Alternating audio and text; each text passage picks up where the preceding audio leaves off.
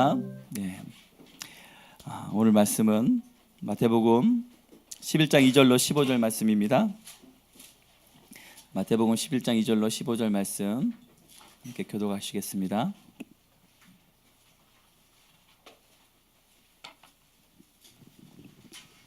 마태복음 11장 2절로 15절 말씀입니다.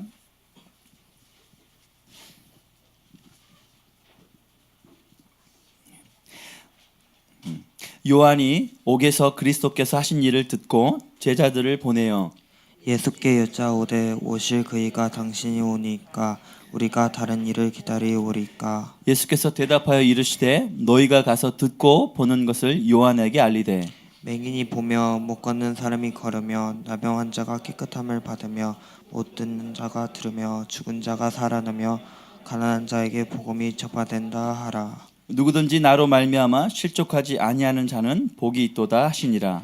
그들이 떠남에 예수께서 무리에게 요한에 대하여 말씀하시되 너희가 무엇을 보려고 광야에 나갔더냐. 바람에 흔들리는 갈대냐.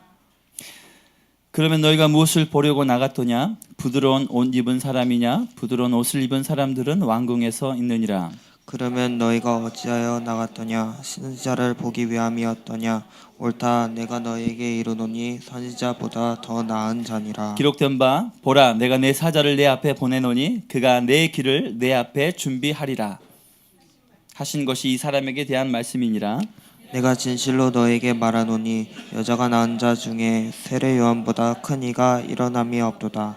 그러나 천국에서는 극히 작은 자라도 그보다 크니라. 세례 요한의 때부터 지금까지 천국은 침노를 당하나니 침노하는 자는 빼앗느니라. 모든 선지자와 율법이 예언한 것은 요한까지니 만일 너희가 즐겨 받을진대 오리라 한 엘리야가 곧 이 사람이니라. 귀 있는 자는 들을지어다. 아멘. 주님 감사합니다. 이곳에 성령의 충만함으로 임하시옵소서. 성령으로 지혜의 말씀을 지식의 말씀을 부어주십시오. 듣는 귀를 열어주시고 전한 입술 가운데 여호와의 말씀에 기름을 부어주시옵소서. 예수님의 이름으로 기도합나이다. 아멘. 칭찬받고 인정받는 걸 모두 다 좋아합니다. 그래서 칭찬은 고래도 춤추게 한다고 합니다. 진짜로 고래가 춤추는지 잘 모르겠어요. 하지만 칭찬이 정말 우리 일생 가운데 삶 가운데 큰 역할을 하는 것을 봅니다. 사람들의 칭찬을 받는 거 참 좋죠. 그래서 저도 우리 아내에게 인정받고 싶어요. 아멘. 예, 자녀들에게 인정받고 싶습니다. 아멘. 지금 인정 안 받는다는 게 아니라 받고 있습니다. 여러분도 아내분들에게 인정받으십시오. 아멘. 남편에게 인정받으십시오. 자녀에게 인정받으십시오. 우리 자녀들은 부모님께 인정받으십시오. 아멘. 무엇보다도 예수님께 인정받는 사람이 가장 축복된 사람입니다. 성경에서 예수님께 인정받은 사람이 있습니다. 세례 요한입니다. 최근에 세례 요한에 대해서 잠깐 나눴는데요. 이 세례 요한은 어떤 사람인가 함께 나눠보면서 또 오늘 본문의 말씀을 함께 은혜 받도록 하겠습니다. 세례 요한은 어떤 사람입니까? 세례 요한은 뭐가 생각나나요?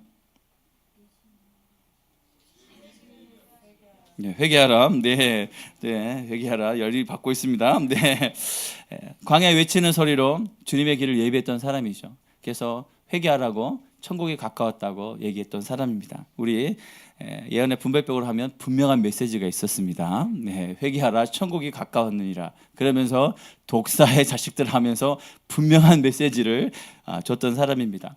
그 분명한 메시지 때문에 헤롯 왕이 자기 이복 형님의 아내를 취하는 그것 때문에 그렇게 하면 안 된다고 직언을 해서 결국은 감옥에 갇혔습니다.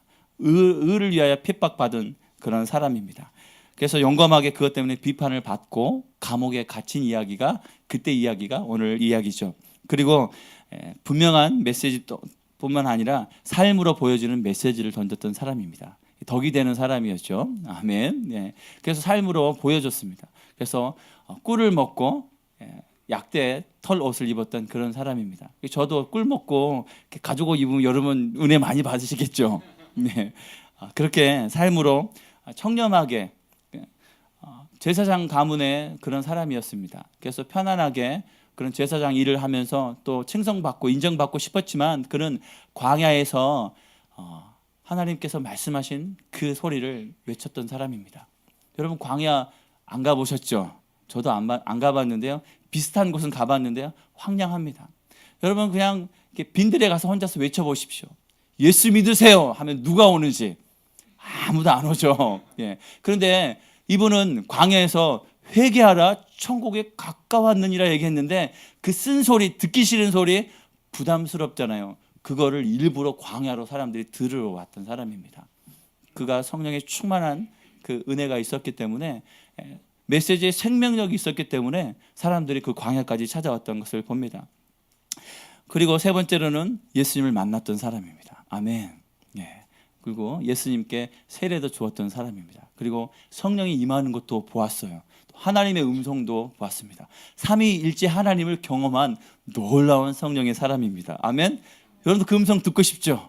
성령이 내리는 게 보이지 않습니까? 네, 아멘. 믿음으로 선포하십시오.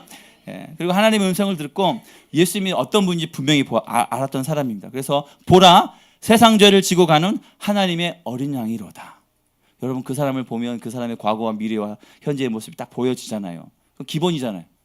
아닌가요? 네, 어렵죠. 네, 딱 봤는데 저분이 정말 세상 죄를 지고 가는 하나님의 어린 양이라는 것을 보았던 사람입니다. 영안이 열렸던 사람이죠. 그리고 또 이렇게 얘기합니다. 내 뒤에 오시는 그이라 나는 그의 신발끈을 풀기도 감당하지 못하겠노라. 예수님의 신발끈도 풀 수 없을 만큼 정말 위대한 분이라는 것을 알았고 그 인정했던 사람입니다. 여러분 제 신발끈 매줘 본 적 있으세요? 없죠. 자녀들 신발끈을 풀어주면 목사님 신발, 예, 신발끈 있는 걸로 사야 될 것 같아요. 예, 그리고 예수님께서 사역을 시작하자 그는 흥하여야 하겠고 나는 쇠하여야 하리라 라고 분명하게 자기가 어떤 사명을 갖고 있는지도 알았던 사람입니다. 그리고 정말 놀라운 것은요, 그가 세례를 하고 있을 때 예수님이 나타나셨어요. 그래서 내가 예수님께 세례를 받아야 하는데 예수님께서 그의 동의를 얻었습니다. 나에게 세례를 해달라고, 허락을 해달라고 요청했던 사람입니다. 대단하지 않습니까? 그래서 우리가 합력하여 선을 이루자고 말했던 그런 인정받았던 사람입니다. 그리고 가장 제가 마음에 와닿았던 것은요, 정말 축복받은 가정이었습니다. 어떤 축복이냐면 성령 충만 가족이에요. 그래서 누가복음 1장 15절에 보면 모태로부터 성령의 충만함을 받아. 할렐루야. 뼛속까지 진골이 아니라 뱃속에서부터 진골이었어요. 그래서 뱃속에서부터 성령의 충만함을 받고 또 누가복음 1장 41절에 보면 엘리사벳 엄마입니다. 성령의 충만함을 받아. 엄마도 성령 충만했어요. 할렐루야. 우리 어머니들 성령 충만하시죠? 아멘. 그리고 놀라운 것은 1장 67절에 그 부친 사가랴가 성령의 충만함을 받아 예언하며. 할렐루야. 우리 가장 되시는 남편분들 성령 충만하셔서 예언하셔야 됩니다. 아멘. 두 분 아멘 했는데요. 아멘. 네. 별로 예언하고 싶지 않으신가 봐요. 네. 그런데 성경에서는 이 부모를 이렇게 얘기합니다. 누가복음 1장 6절에 보면 이 두 사람이 하나님 앞에 의인이니 주의 모든 계명과 규례대로 흠이 없이 행하더라. 그냥 모태에서부터 그냥 세례 요한을 콕 찍어서 성령의 충만함을 준 게 아니라 그 부모가 먼저 의롭고 말씀대로 순종하고 따랐던 그 삶 가운데 하나님이 축복을 주시는 겁니다. 사람이 줄 수 없는 성령의 충만함을 그의 의와 말씀 따라 순종하는 모습을 통해 주는 겁니다. 그래서 우리 자녀가 충만하다, 충만하지 못하다 많은 이유 중에 하나가 우리가 충만하지 못하기 때문입니다. 내가 성령 충만하지 않으면서 왜 너는 성령 충만 안 하니? 이번에 수련회 가서 은혜 못 받았어? 본인 수련회 가서 먼저 은혜를 받아야죠. 먼저 깨져야 되고 먼저 성령 충만 받아야 되고 먼저 하나님의 의로 또 말씀으로 깨어져야만 그 축복의 그 은혜가 자손에게 나누어지는 것입니다. 그래서 내가 사역할 때 어떤 분이 계셨는데요, 아이들이 명품이라는 소리를 들어요. 그래서 우리 아이들은 명품인데요, 저는 짝퉁이에요 라고 부모가 얘기했어요. 자녀들은 정말 성실하고 많이 섬기면서 정말 신실하게 걸어갔는데 부모님들은 이렇게 왔다 갔다 하셨거든요. 본인들이 알았어요. 진품 아들의 짝퉁 엄마. 그래서 짝퉁에서 진품으로 오셔야 되는데요, 계속 지금은 진품이 되셨는지 잘 모르겠습니다. 영적인 유산은 분명하게 흘러내려갑니다. 그래서 거저 성령 충만한 것이 아니라 거저 하나님께서 예비한 것이 아닙니다. 그리고 무엇보다 가장 중요한 것은 그가 예수님께 인정받았다는 것입니다. 그리고 하나님의 뜻을 이룬 사람이에요. 예수님께서 올 엘리야가 그다라고 인정했습니다. 그래서 말라기서에 엘리야를 보내겠다고 말씀하셨어요. 누가 될지는 모르죠. 그런데 그 사람이 세례 요한이었습니다. 뱃속에서부터 성령 충만했고 그 성령 충만함을 통해서 광야에서 외쳤고 그리고 하나님께서 그를 통해 선택하셨는데 그의 끝까지도 예수님께서 엘리야다. 여러분도 엘리야 소리 듣고 싶죠? 아멘. 네. 하나님의 뜻을 이룬 사람입니다. 아멘. 하나님의 뜻을 이룬 사람이 되길 축복합니다. 그랬던 그가 우리 11장 3절을 한번 읽어볼까요? 예수께 여짜오되 오실 그 이가 당신이오이까 우리가 다른 일을 기다리오리까? 좀 이해가 안 되죠. 성령 뼛속부터 성령 충만했고 예수님을 만났고 삼위 하나님을 경험했고 많은 것을 알았던 보았던 그 사람인데 예수님이 정말 그리스도이십니까? 라고 묻는 것을 봅니다. 이상하지 않습니까? 당신이 정말 메시아 맞습니까? 라고 물어보는 것이죠. 쉽게 얘기해서 의심하는 겁니다. 여러분 아까 세례 요한에서 나눴잖아요. 정말 대단한 사람이지 않습니까? 여러분 몇 가지나 해당됩니까?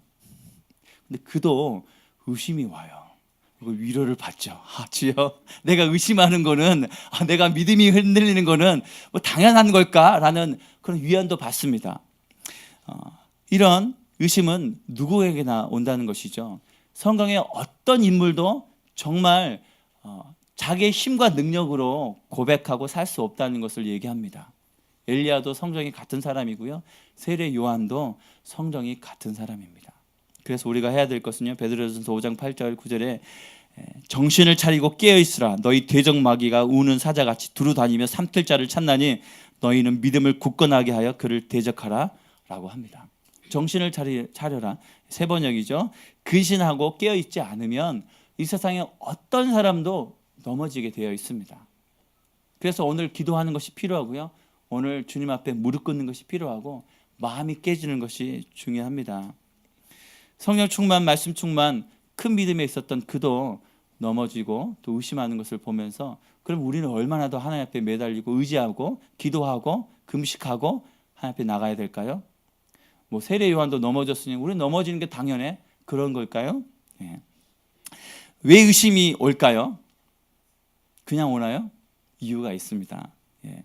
그가 의심하게 된 이유는 광야에서 의심하는 게 아니죠. 광야의 그 척박한 땅에서는 그래도 예수님을 인정하고 보았고 또 예수님을 높여드렸던 사람입니다. 그런데 그가 감옥에 갇히니까요.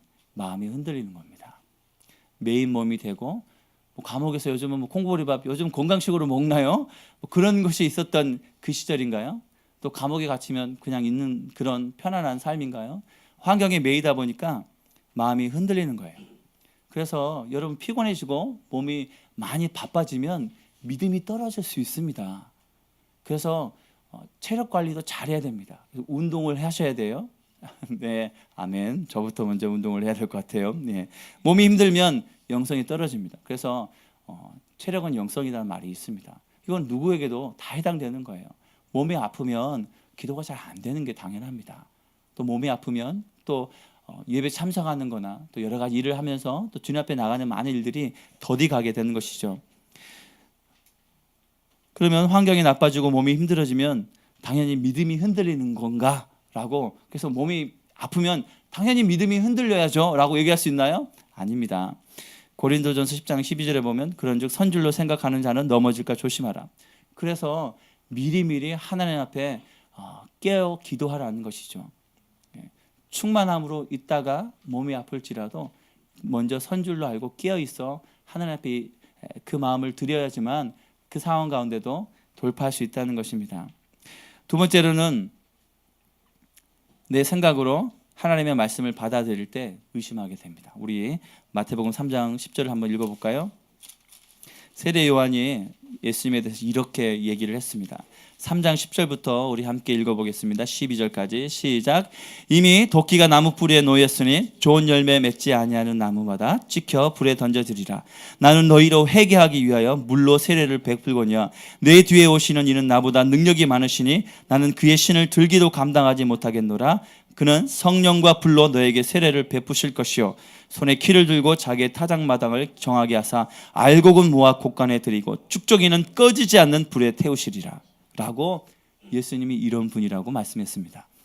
어떻게 들리나요? 뭐가 눈에 들어오나요? 사랑이 참 많으시고 인자하시고 자비하시고 긍휼이 많으신 분이라고 느껴지나요? 보면 도끼가 나무 뿌리에 놓였으니 좋은 열매를 맺지 아니하는 자는 찍혀 불에 던져지리라. 그리고 본인은 물로 세례를 주면 예수님은 성령과 불로 세례를 준다고 말씀하십니다. 여러분, 불하면 뭐가 떠오르나요? 구약에서는 불하면 뭐가 떠오릅니까? 하나님의 임재든지 아니면 하나님의 심판이 불입니다. 그냥 뭐 손 떼고 따뜻하게 그런 거 아니에요. 불이 임할 때는 하나님의 분명한 인도하심이나 하나님의 임재 가운데 하나님의 영광을 보여주거나 아니면 잘못해서 나답과 아비후가 하나님 전에서 불이 나와서 쓸어버렸던 것처럼 심판에 대한 것이 불입니다. 그러니까 세례 요한은 예수님을 이렇게 보았던 거예요. 사랑의 주님, 용서의 주님, 긍휼과 자비가 많으신 주님이 맞지만 그는 하나님 예수님은 심판자로 오셨다라고 얘기하는 것입니다. 그래서 좋은 열매 맺지 않는 그런 나무는 찍혀 불에 던져진다고 그렇게 믿고 있었던 거예요. 그런데 예수님이 오셔서 어떻게 사셨나요? 사람들에게 어떤 얘기를 많이 들었나요? 죄인들의 친구다라는 얘기를 들었죠. 그러니까 세례 요한은 예수님 오셔서 죄인들을 보면 불로 심판해야 되는 게 마땅한 거예요. 그런데 예수님 오셔서 맨날 죄인들과 사는 거예요. 죄인들을 돌보고 물론 치유하고 고치고 하는 것은 맞겠죠. 근데 본인 생각했던 그런 심판자가 아니라 오셔서 죄인들한테 계속 같이 다니면서 그들에게 좋은 말을 하면서 회개하라고 하는 것을 보면서 그는 이해가 안 되는 것입니다. 그러니까 자기가 알고 있었던 그 하나님의 말씀을 자기 환경과 자기 뜻 가운데 판단하다 보니까 예수님이 다르게 보여지는 거예요. 그러니까 당신 그리스도가 맞습니까? 그러면 하나님이 말씀하신 그리스도와 사도 요한이 세례 요한이 생각한 그리스도가 같은 그리스도인가요? 아니죠. 조금 다르게 생각했습니다.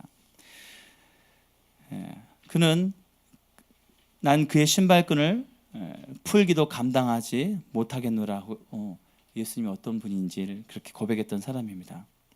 그렇다면 예수님을 만났으면 어떻게 해야 될까요? 따라가야 되는 게 정상 아닌가요? 여러분 정말 그리스도 메시아가 다시 오시는 것은 재림이시겠지만 여러분 가운데 그리스도 메시아가 딱 나타나셨다면 그러면 난 신발끈도 맬 수 없을 정말 위대한 분입니다 하면서 자기 길을 가나요? 그렇게 고백했다면 세례요한은 그때 자기의 모든 사역을 접고 예수님을 따라가야 되는 것이 맞는 거예요. 물론 예수님 만나고 얼마 있다가 그가 감옥에 갇혔지만 예수님을 만났다면 예수님을 따라가야죠. 아멘? 여러분 예수님을 만났고 말씀을 듣고 그분을 경험했다면 전부를 들여 따라가야 되는 것입니다. 그런데 아직도 자기 생각이 있는 거예요. 자기 사역이 있고 자기 삶이 있고 그래서 예수님과 다른 사역을 하게 되는 것입니다. 그의 삶 가운데 정말 축복받은 삶이고 하나님이 인정한 삶이긴 하지만 조금 뭔가 엇나가는 것을 봅니다. 그렇지만 그는 사명을 다해서 살았기 때문에 감옥에 갇혔죠. 근데 의심이 되는 이유는 또 한 가지 생각해 보면 다른 사람과 비교하기 때문입니다. 자기는 의를 위해 핍박받다가 감옥에 갇혔어요. 좀 억울하지 않을까요? 세상에 심판받아야 할 사람이 얼마나 많습니까? 이 독사의 자식들은 안 죽이고 자기는 정말 의롭게 살았는데 자기는 감옥에 갇히는 거예요. 죽일 놈은 헤롯 왕 아닌가요? 여러분 옆에 죽일 놈들 많잖아요. 네, 지금은 아니시죠? 전에는 가족이었다가 지금은 의의 사람으로 함께하는 동역자를 받겠지만 살다 보면 정말 심판받아야 할 사람들이 많은데 그런 사람들은 심판받지 않고 자기는 계속해서 감옥에서 세월 없이 살아가는 모습을 보면 의심하게 되는 것입니다. 여러분도 믿음을 따라 여기까지 왔잖아요. 기도하지만 문제가 안 풀리고 해결될 기미가 안 보이고 응답이 안 오고 더디어 오면 의심이 오게 되어 있습니다. 열심히 신앙생활하고 예배드리고 또 헌금도 드리고 열심히 뭔가를 섬겼지만 안 될 때 그때 또 의심이 온다는 것이죠. 그때 우리도 세례 요한처럼 정말 예수님 왜 그러십니까? 예수님 정말 살아계십니까? 예수님 정말 응답하시나요? 예수님 정말 제 기도 듣고 계시나요? 라고 세례 요한처럼 의심할 수 있다는 것입니다. 이것이 오늘 우리의 모습이고 이 모습을 통해 하나님 앞에 우리의 삶을 다시 돌이켜 봐야 하는 것이죠. 어떤 것이 진짜 하나님 뜻입니까? 의를 위해 고난받는 건 옳은 소리를 했는데 그 땅에 아무도 헤롯 왕에게 그 얘기는 아무도 못했을 겁니다. 그렇지만 하나님의 마음을 품고 이 땅에 공의를 실천하기 위해 했던 그가 감옥에 갇혔습니다. 감옥에 갇힌 것이 하나님 뜻이라는 거예요. 감옥에 갇히지 않아도 하나님 뜻이고요. 결국 감옥에서 목베임을 당해 죽었지만 그것도 하나님 뜻이라는 겁니다. 그래서 그가 천국에 갈 수 있는 겁니다. 나의 뜻, 나의 생각, 나의 마음대로 하면 천국에 못 가는 거죠. 그래서 그가 물론 천국에서 가장 자그란 자란 그런 얘기를 듣지만 하나님 뜻대로 살았기 때문에 오늘 천국이 나의 것입니다. 아멘. 그래서 어떤 고난이나 아픔이나 어떤 풀어지지 않는 일일지라도 하나님 뜻 가운데 인내하고 믿음으로 살아갈 때 하나님 인정해 주시는 거예요. 사람이 인정하고 하나님 인정하지 않으면 그 어떤 의미가 있습니까? 부모, 자녀들을 인정하는데 하나님이 인정하지 않으면 그것이 무슨 의미가 있습니까? 하나님이 인정하는 그 삶이 축복된 삶인 것이죠. 11절에 보면 여자가 낳은 자 중에 세례 요한보다 큰 이가 일어남이 없다라고 얘기합니다. 그래서 하나님 예수님이 인정하시는 거예요. 믿음 따라 살았기 때문에 정말 큰 자라고 얘기합니다. 그런데 천국에서는 극히 작은 자라도 그보다 크니라라고 합니다. 좀 말이 어렵죠. 그렇게 열심히 주님 위해 의를 위해 핍박받았는데 천국에서는 작다라고 합니다. 그럼 천국에서 큰 자는 어떤 자일까요? 성경에서는 마태복음 11장 4절에 보면 18장 4절에 보면 누구든지 이 어린아이와 같이 자기를 낮추는 사람이 천국에서 큰 자니라. 아멘. 세례 요한처럼 큰 사역. 그래서 세례 요한 보려고 유대와 다른 이스라엘 땅에서 그 세례 요한 만나려고 갔습니다. 엄청난 큰 사역을 했어요. 지금으로 따지자면 여의도에 있는 큰 교회 그런 사역들을 했죠. 그런 사역을 하는 것이 중요한 것이 아니라 겸손한 자. 큰 일을 하는 사람도 자기를 높일 수 있습니다. 그런데 작은 일을 해도 자기를 높일 수 있어요. 그래서 큰 일을 하든 작은 일을 하든 그것이 아니라 정말 하나님 앞에서 겸손한 자만이 천국에서 큰 자입니다. 아멘. 여러분 천국에서 큰 자 될 수 있습니다. 아멘. 나는 세례 요한처럼 뱃속부터 성령 충만하지 않았는데 나는 천국만 가는 것도 꿈입니다. 아닙니다. 이 땅에서 겸손한 자가 천국에서 높임을 받습니다. 아멘. 3절에 보면 우리가 다른 일을 기다리올까라고 합니다. 기다리오리까? 네. 그러면 내가 메시아라니까 그리스도야 정신 똑바로 차려 하지 않으셨어요. 우리 보통 물어보면 그거 아니라니까 정신 똑바로 차리시라고 그렇게 소그룹들 나누잖아요. 꼭 정답 얘기하잖아요. 그렇게 하면 안 되지. 기도해야 돼. 그거 모르나요? 여기 기도해야 된다는 거 모르시는 분, 모든 문제보다 기도해야 된다는 거 알아요. 믿음 지켜야 된다는 거 모르신 분 계시나요? 인내해야 되는 거 모르신 분 계시나요? 제가 가르쳐 드릴게요. 다 알아요. 정답은 하나님, 예수님, 성령님, 기도, 말씀, 찬양, 겸손, 온유, 절제, 충성 다 알고 있습니다. 예수님 그래서 판단하지 않으셨습니다. 그래서 예수님 뭐라고 하셨냐면 그때 맹인의 눈이 밝을 것이며 못 듣는 사람의 귀가 열릴 것이며 라고 이것을 보고 얘기하라고 합니다. 이게 뭐냐면요, 이사야 35장 5절에 약속된 말씀이거든요. 다른 말이 아니라 말씀을 얘기하시면서 네가 들은 대로 본 대로 가서 세례 요한에게 얘기해라 라는 것입니다. 무엇이 정답입니까? 자기 경험이요? 자기 생각이요? 하나님 말씀이 정답이고 그것이 능력입니다. 자기 생각 들어가면요, 인간적인 말로 정죄와 판단과 비판이 드러나게 되어 있습니다. 한 친구가 저에게 옷이 화사하네요 라고 얘기했습니다. 칭찬이죠. 제가 뭐라고 할게요? 그럼 전에는 화사하지 않았다는 얘기야? 라고 얘기했습니다. 네, 제가 쓴물이 올라왔나 봐요. 칭찬인데 네, 무엇인가요? 네, 자기 생각, 판단이 들어가면 어떻게 될지 몰라요. 자기 기준으로는 흔들리고 칭찬했는데 그게 정죄로 들릴 수 있는 거죠. 제가 일부러 그랬습니다. 그래서 끝날 때는 화사해서 좋습니다. 좋습니다. 멋집니다. 그 칭찬을 꼭 넣어주라고. 상대방이 생각하지 못하도록. 생각하면 마음대로 생각하거든요. 자기 기분에 따라서. 그죠? 이해하시죠? 의심에는 하나님 말씀이 정답입니다. 하나님 절대 책망하지 않으십니다. 약함을 알거든요. 하나님 우리 마음 모를까요? 자, 여러분 얼굴 보면 오늘 이 한 주간 어떻게 사는지 모를 것 같아요? 고개를 숙이시는 분은, 네, 그리고 조시는 분은 힘든 삶을 살았구나라고 알고 있는 거죠. 아니면 영적으로 눌렸나? 그리고 얼굴이 까매서 오시면 염려가 있나 보다, 걱정이 있나 보다. 그 포커 페이스라고 하죠. 막 근심 걱정이 쌓이는데 목사님 안녕하세요 측만 이런 분 못 봤어요. 한 번도 못 봤습니다. 그래도 이 드러나는 게 은혜죠. 그게 드러나야지 힘드시구나, 기도해야 되겠구나, 아니면 격려하거나. 왜 안색이 어두우세요? 정답 아닙니다. 그거 알아요. 안색 어두우세요라고 얘기하면 마음이 풀리면서 힘과 능력과 성령 충만해지죠.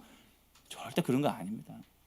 제가 어떤 얘기를 들었는데 장례식에서 정말 듣기 싫은 소리가 하나님이 감당할 시험을 주십니다. 누가 그 제일 장례식에서 듣기, 그냥 장례식 가면 저도 아무 말 안 합니다. 그냥 손 꼭 잡고 힘내시라고. 뭐 하나님이 좋은 천국 가셨습니다. 뭐 하나님이 좋은 길로 인도하십니다. 하나님이 여러분 정말 힘 주시고 막 이걸 견뎌내고 이겨내셔야 됩니다. 이 시험을 정말 믿음으로 이게 필요 없어요. 저도 경험해 보니까 그냥 찾아와서 얼굴 보고 눈물 흘려주는 게 위로예요. 아니 그냥 찾아오는 것만 해도 위로가 되더라니까요. 그리고 부조하는 것도 위로가 됩니다. 네, 네, 현실적이거든요. 예, 몸은 알았지만 마음은 온 거거든요. 네. 예수님이 의심하는 세례요한에게 내 믿음이 그거밖에 안 되니? 라고 하지 않았습니다. 그러니까 우리도 당신 믿음이 그거밖에 안 돼? 라고 하지 말아야 되는 거죠. 저도 그러고 싶어요. 어떨 때는 삶을 보면 많은 훈련을 받았고 오랫동안 섬겼고 또 진리도 알고 예수님을 사랑했고 헌신했고 결단했고, 그런데도 믿음이 흔들리는 사람을 보면 야 왜 저러냐 라고 할 수 있습니다. 그런데 돌아보면 저도 그랬거든요. 목사지만 때로는 낙심될 때가 있습니다. 하지만 다시 일어서는 거죠. 그 낙심에 사로잡혀 우울로 빠져서 다른 길로 가지 않고, 그럴 때마다 뭐가 나를 인도하셨나요? 예배 가운데 하나님 말씀을 듣고 찬양 가운데 그 찬양의 가사 가운데 하나님 나에게 말씀하실 때 마음을 터치할 때 회복되는 거 아닌가요? 하나님 말씀이 정답입니다. 우리가 고난이 오면 낙심하게 되죠. 고난으로 지치게 됩니다. 영적인 침체가 오게 됩니다. 그거는 우리가 하나님을 사랑하지 않는다는 말은 아닌 것 같아요. 믿음이 없다는 것은 아닙니다. 사랑이 식어진 거죠. 믿음이 작아진 거죠. 그래서 예수님이 믿음이 적은 자유라고 합니다. 뭐 때로는 없는 사람도 있나 봐요. 없다라고 얘기도 하지만, 그래서 우리가 그 사랑, 믿음 없는 게 아닙니다. 그래서 다시 한번 말씀으로 우리 사랑이 뜨겁게 회복돼야 되는 것이죠. 그 믿음이 다시 불일 듯 일어나야 되는 것입니다. 그건 말씀입니다. 제가 말씀을 준비하니까요, 제가 은혜를 받고 있어요. 네. 제 공부는 말씀이죠. 네. 정말 다시 한번 그걸 생각해 봤어요. 저도 박 목사님, 김 목사님 말씀 듣고 많이 회복됐거든요. 때로는 막 낙심됐던 말씀이 주일날, 금요일날, 화요일날 와서 회복됐는데 그 공고범이 사라졌습니다. 할렐루야. 그럼 전 낙심하고 좌절하고 근심과 걱정에 쓰러져 있어야 되는 거죠? 아닙니다. 근데 제가 다시 말씀을 보면서 제가 말씀 가운데 거꾸로 지고 말씀 가운데 깨어지다 보니까 하나님이 말씀을 통해 나에게 말씀하시는 거예요. 위로하시고 회복하시고 인도하시는 것을 경험합니다. 거기에 더해서 더 충만하게 함께 연합해서 가는 거죠. 바른 말, 고운 말, 그것이 우리를 바뀌는 것이 아니라 하나님의 말씀이 우리를 변화시키십니다. 아멘. 그리고 비판하지 마십시오. 그리고 판단하지 마십시오. 우리가 주일날 소그룹 모임을 하고 셀 모임을 하고 또 여러 가지 모임을 하지만 정답은 하나님의 말씀이고 손잡고 같이 울어주십시오. 우는 게 최고예요. 마음을 모아서. 예수님은 요한의 질문에 말씀으로 대답하셨습니다. 그래서 내가 온 이유가 뭐니?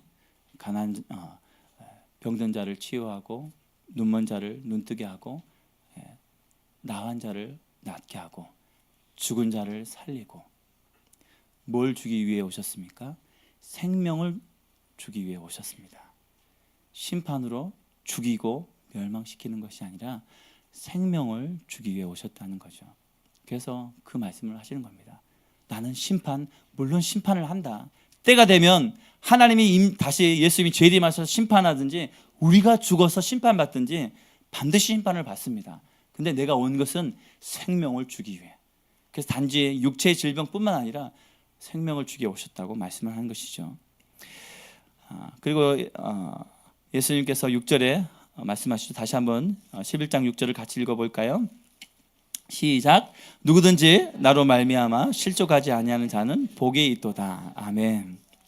복 있는 사람은 하나님이 하시는, 예수님이 하시는 그 일로 말미암아 실족하지 않는 사람입니다. 넘어지지 않는 사람입니다. 여러분 직장 생활하면서 예수님 때문에 좀 힘들 때가 많잖아요. 한 친구가 취업을 해서 직장을 갔는데 이제 걸리는 게 이제 회식하면서 이렇게 뭘 마시는 거죠. 그래서 조마조마했다고 합니다. 그런데 물어봤대요. 혹시 술 마셔? 아니요. 그랬더니 그래 하고 넘어갔대요. 알고 보니 이상해서 알고 봤더니 상사 중에 한 분이 목사님의 아들이어서 술을 안 마신대요. 그래서 그 문화가 술을 안 마셔도 되는 문화가 벌써 된 거예요. 아멘. 네. 예수님 때문에 힘들고 어렵습니다. 하지만 그 믿음을 지켜갈 때 복이 있다라고 하는 것입니다. 여러분 그냥 어떤 복을 원하십니까? 내 마음대로 살다가 내가 원하는 복 따라 예수님께 인정 못 받고 예수님 없는 곳으로 가기를 원하십니까? 예수님 때문에 시험 듭니다. 그래서 우리가 제일 많이 시험 들 때가 어떨 때 시험 많이 드나요? 교회에서 시험 많이 들잖아요. 셀 모임 할 때, 소그룹 할 때, 또 뭔가 섬길 때, 밥할 때, 청소할 때. 왜 나는 일하는데 쟤는 청소 안 하고, 나는 맨날 하는데 왜 저는 놀고 있고, 나는 밥 나르고 있는데 저 사람은 잡담하고 있고. 찔리시나요? 네. 열심히 섬겨보고 있다고 할 때 우리가 시험 들게 되는 것입니다. 그래서 우리가 뭔가를 섬길 때 누군가에 보여주기 위한 것이 아니라 예수님 때문에 섬기는 거죠. 예수님이 우리에게 무언가를 보여주기 위해서 우리 때문에 십자가에 죽으셨지만 하나님의 말씀에 순종하여서 하나님 때문에 하나님 말씀으로 인해서 순종하며 그 길을 걸어가신 거죠. 우리 보고 물론 우리를 보셨지만 우리에게 인정받기 위해서 하지 않으셨습니다. 그래서 우리가 교회를 섬기며 많은 일을 할 때 사람이 아닌 하나님께 인정받아야 됩니다. 그래서 남들은 편하게 있을 때 나는 어렵다, 내가 세례 요한인가 보다 라고 생각하세요. 하나님 나를 인정하시는구나 라고 생각하시면 됩니다. 그래서 교회는 천국이 아닙니다.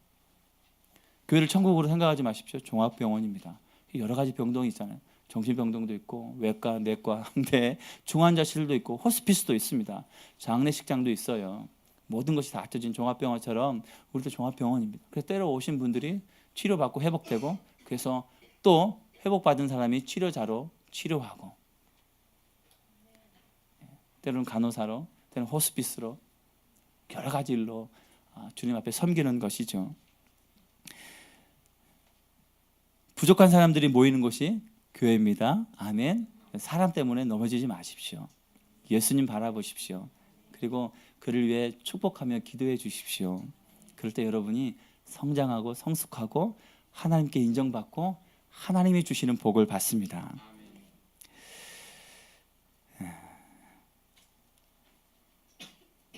예수님 때문에 걸려 넘어지지 않는 사람이 복 있다고 얘기하시는데요. 근데 우리가 한번 짚고 넘어갈 게 있습니다. 여기서 얘기하는 그 고난은요, 예수님 때문에 고난 받는 겁니다. 의를 위하여 핍박받는 것. 그런데 우리가 고난 많이 얘기하는데요, 예수님 때문에 고난 받는 게 아니라 자기 죄 때문에 고난 받는 게 참 많아요. 그래서 목요일 날 매일 묵상을 보니까 고난 통해 하나님을 알게 되었습니다 라고 고백한다면, 그렇다면 고난이 더 많아야지, 고통이 더 많아야지 하나님을 더 많이 알 수 있겠네요 라고 얘기하시죠. 아니죠. 우리의 질병 또 어려움들은 나의 죄를 통해서 오는 것들이 참 많습니다. 물론 의를 위하여 핍박받는 분도 계시죠. 그걸 구분해야 됩니다. 한 자매님이 끈질김이라는 좋은 비유의 책을 이렇게 읽으면서 은혜를 많이 받았다고 하더라고요. 그래서 읽으면서 어떤 게 제일 은혜 있었어요? 라고 물어봤더니 한마디로 주님 붙들지 않으면, 끈질기게 붙들지 않으면 세상으로 넘어간다는 것을 얘기하더라고요. 아멘? 네. 그래서 끈질김, 인내에 다른 말이 끈질김이니까 끈질기게 주님 앞에 살지 않으면 세상으로 넘어간다는 것입니다. 세례 요한은 의의 길을 가다 고난을 받았습니다. 근데 우리는 죄의 길을 가다가 내 마음대로 가다가 내 뜻대로 가다가 내 정욕 따라 가다가 고난 받을 때가 많습니다. 그런데도 그 고난 때문에 주님을 붙잡고 기도하면 또 치료하시고 회복하시고 은혜를 주세요. 사랑이 많으시기 때문에. 제가 최근에 정말 마음이 어려운 일을 겪었는데요, 밥을 먹으러 정심에 갔습니다. 정심에 한 식당을 근처에 갔습니다. 제가 이제 한 끼, 두 끼 금식을 하다 보니까 여기 여러 가지 밥을 먹어봤는데 속이 막 부대끼는 거예요. 그래서 근처에 한 식당을 갔는데 거기 가서 밥을 먹으면 속이 편안한 거예요. 전통 식당이거든요. 그래서 값도 저렴합니다. 점점 눈치가 아시는 분은 아실 거예요. 가서 이제 밥을 딱 먹고 있는데 정수기를 딱 봤어요. 했더니 뭔가 놀라운 생명체가 있었습니다. 정수기에 붙어가지고 담대했어요. 떠나지도 않았습니다. 그래서 계속 노려봤더니 떠나지 않는 거예요. 그래서 제가 그 주인 부부가 하시는데 한 70대 되시는 것 같아요. 그래서 사장님 이렇게 했더니 젊은 것이 나를 불러한 눈빛으로 왜? 사장님 왜 부르는데? 이러시더라고요. 그래서 아니 이거 좀 보시라고. 여기 손님이 많았거든요. 그래서 이거 보시라고 했더니 그분이 이렇게 딱 보더니 옆에서 그 아내 되시는 분이 왜 그래? 바퀴벌레가 있잖아! 라고 큰 소리로, 손님이 많은데 그래서 제가 민망하더라고요. 그래서 그분이 하시는 말이 아니 호텔에도 바퀴벌레가 없나? 바퀴벌레 없는 건 거짓말이지 하면서 당연히 있다는 거예요. 모든 식당마다. 여러분 집에 바퀴벌레 키우시잖아요. 저희 집에 바퀴벌레 없거든요. 호텔에도 있을 수 있지만 난리 나는 것이 그거죠. 마음이 그것도 그 화장실 주웠다 막 뭉쳐갖고 잡아야 되는데 그 냅킨 있잖아요. 한 장 가지고 딱 잡으시는 거예요. 그리고 손을 씻었는지 아닌지 잘 모르겠는데 그분이 손으로 이렇게 씻는 거를 내가 아마 씻었겠죠. 근데 그 한 장으로 저는 그게 충격이었어요. 저는 보통 그래도 5장 손에 뭔가를 액체가 묻지 않게 하는데 그 한 장으로 딱 잡은 다음에 콩나물하고 김치하고 막 이거 하는데 그리고 밥을 먹었습니다. 그리고 고개를 들었는데요, 놀라운 것은요, 그 친구들이 두 마리가 있었어요. 그릇을 세워놨는데 그릇 가운데 떡하니 담대함으로 앉아 있는 겁니다. 한 친구는 담대함으로 옆에서 지켜보고 있고요. 정말 담대한 식탁이에요. 그래서 사장님 했더니 보더니 그냥 가는 거예요. 다른 사람이 서빙하고 안 잡는 거예요. 나갈 때까지. 제가 한 번도 배가 안 아팠는데요, 나오면서 처음으로 배가 아팠습니다. 속이 좋았는데 마음이 너무 불편하더라고요.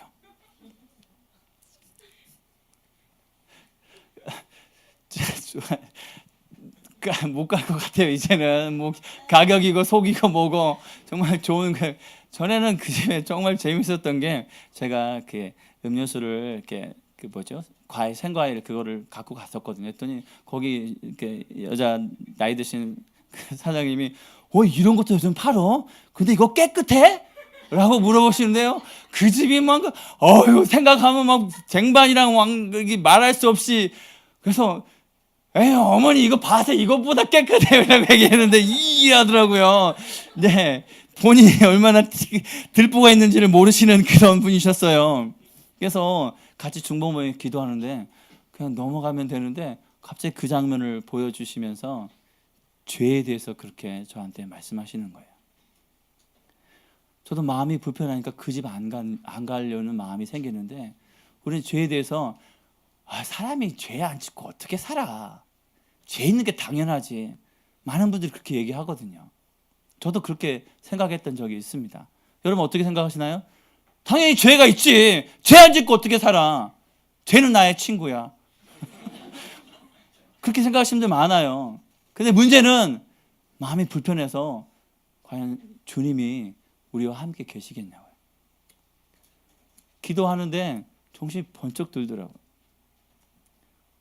우리가 죄에 대해서 어떻게 생각하고 있습니까? 당연히 있을 수 있고 나는 연약하니까 부족하니까 그냥 짓는 거지. 그건 우리의 마음이고요. 주님이 바라보실 때는 내가 힘들어서 나의 성전 가운데 못 짓겠다라는 그 마음을 주십니다. 제가 목요일날 그 고난에 대해서 죄에 대한 고난에 대해서 계속해서 마음에 남아서 계속 묵상하고 있었는데 그거를 어제 말씀하시더라고요. 우리가 죄에 대해서 어떻게 생각하고 있습니까? 세례 요한도 예수님도 회개하라 천국이 가까웠느니라. 물론 예수님은 사랑과 인자와 긍휼이 많으신 분이신데요. 언제까지 우리 죄를 용납할 수는 없는 것입니다. 성경에 보면 아나니아 삽비라가 나옵니다. 그도 예루살렘의 한 일원이었어요. 은혜를 많이 받았습니다. 그래서 재산을 바칠 만큼 충만한 은혜를 받았습니다. 물론 성령 충만했겠죠. 성령 충만했으니까 전 재산을 바치려고 하죠. 그런데 그가 일부를 숨기면서 베드로를 만나자 베드로가 사단이 어떻게 마음에 가득하여 성령을 속이느냐라고 얘기하십니다. 세례 요한이나 아나니아 삽비라나 우리가 성령 충만하고 말씀 보고 기도하지만 깨어있지 않으면 사단이 틈타는 거예요. 그리고 베드로도 사단 소리 들었잖아요. 가룟 유다도 사단이 들어갔습니다. 두려움과 떨림으로 그렇게 하는 게 아니라 깨어서 주님 앞에 우리의 삶에 벌어지는 한 가지 일을 정말 주님의 말씀, 하나님의 말씀으로 받아들이고 내가 살지 않으면 넘어진다는 것을 말씀하는 것입니다. 우리가 많은 은혜를 구하죠.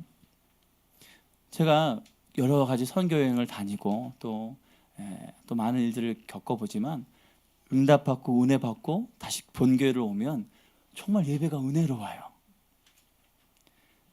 전에 그 목사님도 동일한 목사님이고 동일한 교회고 동일한 말씀인데 내가 마음이 깨어지고 여러분 선교지 갔다 오면 마음이 깨어지죠. 그리고 오면 예배가 너무 은혜로워서 눈물이 납니다. 하나님의 말씀이 바뀐 건가요?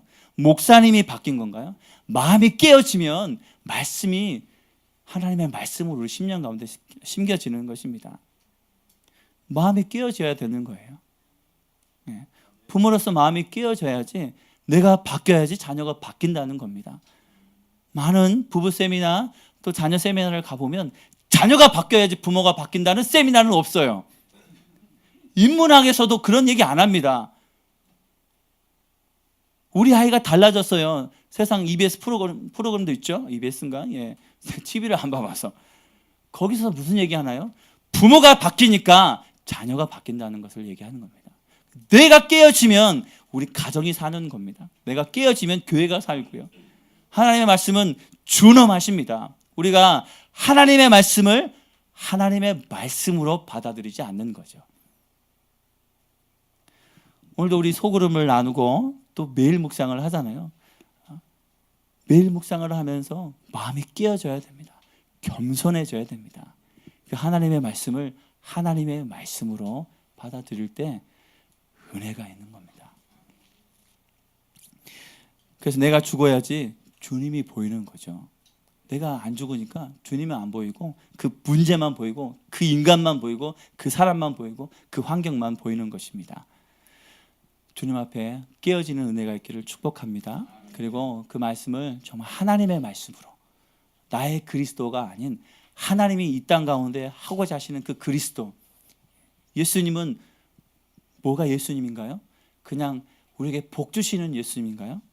자기 백성을 죄에서 구원할 자가 예수라고 합니다. 죄의 문제를 해결하면 자연스럽게 가정이 회복됩니다. 모든 게 죄로부터 시작하더라고요. 그래서 저도 씨름하고 싸우고 깨어 있으려고 부단히 하나님 앞에 씨름합니다. 죄 문제만 해결되면요, 다른 것들은 자연스럽게 회복되고 따라오는 것입니다. 그래서 거룩해야 됩니다. 그래서 마음을 열어서 주님 앞에 나의 마음을 깨워 주십시오. 겸손케 해 주십시오. 그리고 내 삶 가운데 하나님 기뻐하지 않는 일 가운데 내가 심각하게 죄를 극렬히 미워할 수 있는 그 마음을 부어달라고 기도하시기를 축복합니다. 낙심될 때는 누구한테 갑니까? 그래도 세례 요한은 예수님께 찾아갔습니다. 제자를 통해서. 의심될 때 예수님 맞습니까? 여러분 의심되고 힘들고 어려울 때 누굴 찾아가십니까? 그리고 자기 스스로 뭔가를 찾으려고 하나요? 예배 가운데 나가십시오. 주님께 물어보십시오. 기도 가운데 나가십시오. 때로는 힘들 때는 기도가 안 나올 때도 그냥 찬양 틀어놓고 주님께 깊이 만져달라고 고백할 때 하나님 만져주세요. 그 은혜가 있습니다. 다른 곳으로 가는 것이 아니라 주님께, 길이요 진리요 생명인 주님께로 갈 때 회복이 있는 것입니다. 제가 한 친구가, 저는 이 간증 되게 좋아하는데, 한 친구가 학생인데요, 어느 날 저에게 찾아왔습니다. 수련회 끝나고 은혜 많이 받은 다음에, 목사님 저 교회를 옮기겠습니다. 그래서 왜 했더니 한 친구가 너무 어려웠다는 거예요. 몇 년 동안. 그래서 결국은 도저히 이 친구가 변화되지 않을 것 같으니까 내가 교회를 옮기고 싶다고. 제가 뭐라고 했을까요? 떠나라, 좋은 교회 많다, 이라고 했을까요? 아닙니다. 네가 떠나면 해결되지 않는다. 다른 곳에 가면 더 많은 친구들이 교회 부피에 맞게 비례적으로 많아진단다. 그리고 2달만 참아보렴. 함께 기도할 때 2달 안에 하나님 은혜 주실 거다라는 뭔가 담대한 믿음을 주셨는지, 그렇게 2달 그 후에 그 친구가 안 변화되고 뭐 환경이 안 되면 내가 좋은 교회 소개시켜 줄게 하고 축복하면서 보내주겠다고 얘기했습니다. 제가 왜 그런 배짱이 생겼는지 모르겠는데요, 성령님이 지혜를 주신 것 같아요. 그리고 정말로 그 고백처럼 그 친구가 변화됐어요. 뭐 때문에? 제자 훈련을 하게 됐거든요. 말씀이 들어가고 기도가 들어가니까 하나님이 만져주시더라고요. 그래서 교회 떠나기로 한 그 친구가 더 은혜를 받았어요. 그래서 이 변화된 친구는 지금 다른 교회 가서 뭔가를 한지 연락이 끊겼는데 이 친구는 아직도 열심히 다니고 있습니다. 그래서 물어봐요. 힘들 때 봐라, 그때 함께 기도하면서 기도할 때 응답하시지 않았냐? 바뀔 것 같지 않은 그 인간이 바뀌지 않았냐? 저는 두 친구 다 사랑합니다. 이 친구도 어려움이 있었기 때문에, 뭔가 삶에 이렇게 큰 일들이 있었기 때문에 그렇게 행동하고 어려움을 줬던 거죠. 근데 하나님의 말씀이 들어가면 삶이 변화됩니다. 여러분도 하나님 말씀이 들어갔기 때문에 이곳에 있는 거죠. 그래서 더 말씀 가운데 나가야 되는 것입니다. 수학 문제 안 풀리면 그래 나 포기할게요. 그래서 요즘 수포자가 많다고 해요. 영포자가, 수학 포기 학생들, 영어 포기 학생들, 수포자 영포자가 많아집니다. 여러분 말씀 읽는데 이 말씀이 안 읽어지면 성포자가 되나요? 성경 포기자. 기도가 안 되면 기포자, 기도 포기하고, 응답 안 오면 미포자, 믿음 포기하고, 이래야 되나요? 아니죠. 그럴 때 여러분 자녀 있는 분 뭐라고 하나요? 좀 더 해봐. 그래서 과외선생 붙이고, 또 옆에서 지켜보고, 문제집 더 사주고, 또 뭐 인강 틀어주고, 아닙니까? 세상에서도 그렇게 하는데 우리는 그렇게 하지 않는 게 봅니다. 그래서 자기 뜻대로 뭔가 하려고 하고 그냥 자포자기하고 말씀을 밀어내고 떨어지려고 합니다. 의지적으로 보이든 안 보이든 간에 그 말씀 앞에 나가면 하나님이 손을 붙잡아 주십니다. 아멘. 저는 이 찬양 너무 좋아요. 마지막으로 불렀던 찬양이죠. 주님은 나의 산성, 주님은 나의 소망. 우연히 이 찬양을 들었는지 10년 정도 됐는데요, 제가 수련회 때나 아니면 특별한 일이 있을 때 이 찬양을 많이 부릅니다. 이 찬양 부르면요, 그 말씀이 멜로디와 함께 내 마음에 확 들어와서 힘을 주고 회복을 주고 또 치료하는 것을 봅니다. 그리고요, 제가 가르쳤던 친구들은 이 찬양을 다 좋아합니다. 내가 이 찬양 부르면 제가 눈물 흘리면 그 친구도 눈물 흘려요. 왜냐하면 제 마음에 제 영이 흘러가거든요. 제가 은혜 받고 회복되고 치유됐으니까 내 제자들도 당연히 그 영이 들어가서 이 찬양 부르면 너무너무 좋아해요. 우리 함께 이 찬양을 부르면서 함께 고백하며 기도합시다. 하나님, 낙심하지 않도록, 정신을 차리고 깨어있을 수 있도록, 믿음이 식지 않도록, 또 사랑이 뜨거워지도록 주님 앞에 다시 한번 일어섭시다. 그리고 하나님 그 말씀을 우리 가운데 부어주십시오. 하나님 우리에게 새 힘을 부어주십시오. 오늘 정말 회복되고 응답받고 또 치유받고 성령의 기름을 충만히 받고 나가셔야 됩니다. 주님이 하십니다. 아멘. 무엇보다 마음이 끼어지도록 겸손히 주님 앞에 나가도록 기도하시기를 축복합니다. 우리 함께 찬양할까요?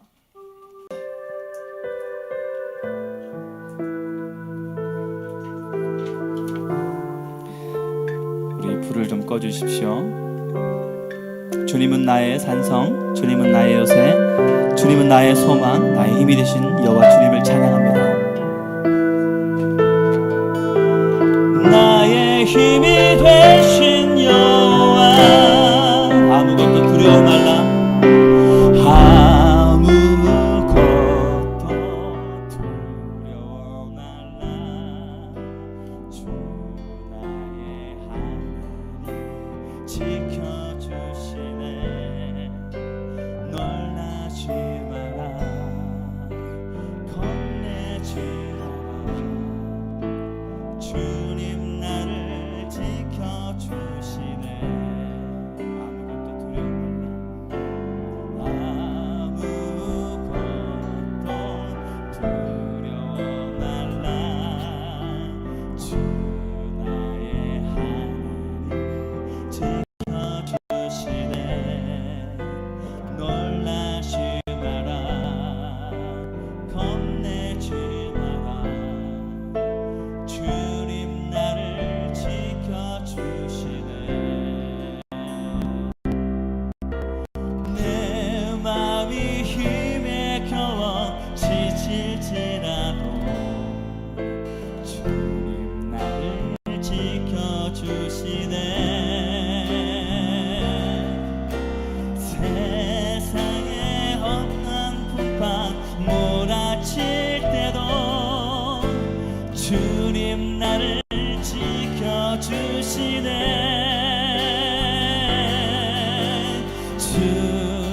주님은 나의 산성, 주님은 나의 요새, 주님은 나의 소망, 나의 힘이 되신 여호와. 내 맘이 힘에 겨워, 내 맘이 힘에 겨워 지칠지라도 주님 나를 지켜주시네. 세상의 험한 풍파 몰아칠 때도 주님 나를 지켜주시네.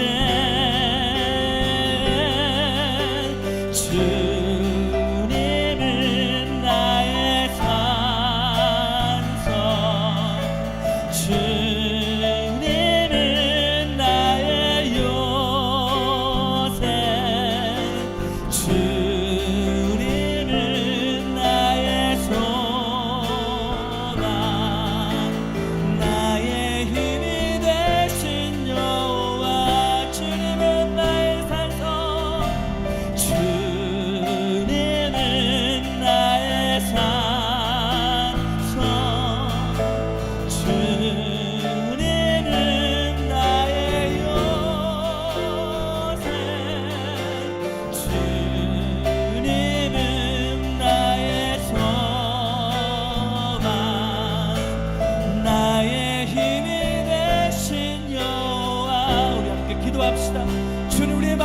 깨어지기를 원합니다.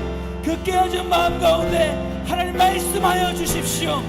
그 말씀의 능력으로 임하셔서 치유하시고 회복하시고 일으켜 주시고 주님의 성령으로 인도하여 달라고 함께 기도하겠습니다.